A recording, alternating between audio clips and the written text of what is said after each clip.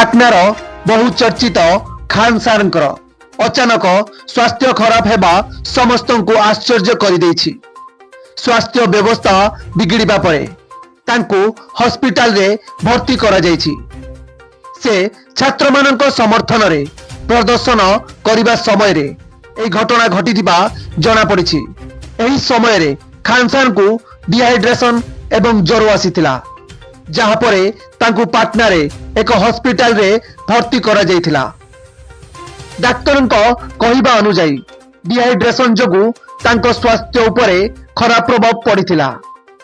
पानी रो अभाव अर्थात डिहाइड्रेशन रो रक्त मोटा हो जाय थाए, जहाँ द्वारा रक्त संचालन बिगड़ी जाए एवं हार्ट उपरे मध्य ब्लड पंप करिवार प्रेशर बढ़ी जाय थाए।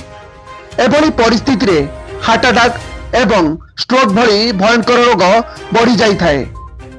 बॉडी डिहाइड्रेशन हेबार यह सीधा प्रभाव अंतनळी उपरे पड़ी थाए, जेउथिरे कोष्ठकाठिन्यर समस्या देखा जाय थाए। पानी रो ह्रास रे बॉडी डिटॉक्स होई पारि न थाए, जेउथिरे लिवर खराब होई जाए।